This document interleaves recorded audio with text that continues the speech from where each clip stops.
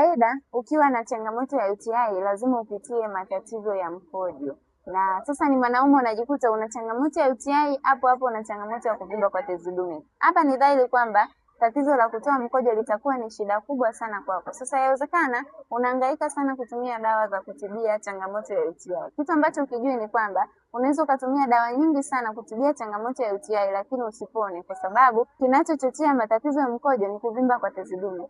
Tezi dume likipanuka huwa linabana kibofu cha mkojo pamoja na njia ya kupitisha mkojo. Kwa hiyo unajikuta unapohitaji kukojoa unatoa mkojo ambacho sio kiwango sahihi ambacho kilitakiwa kutolewa nje, na mkojo mwingine unabaki kama mabaki kwenye kibofu cha mkojo, hali ambayo inapelekea bakteria wabaya kuzaliana na kusababisha maambukizi zaidi na zaidi. Kwa hiyo cha kukushauri wewe mwanaume ambaye unapitia changamoto ya kuvimba kwa tezi dume lakini pia na maambukizi ya njia ya mkojo mara kwa mara, hakikisha unapata matibabu ya kutibia tezi dume, kwani ndio chanzo ambacho kinasababisha unapitia hali ya maambukizi ya njia ya mkojo ya mara kwa mara.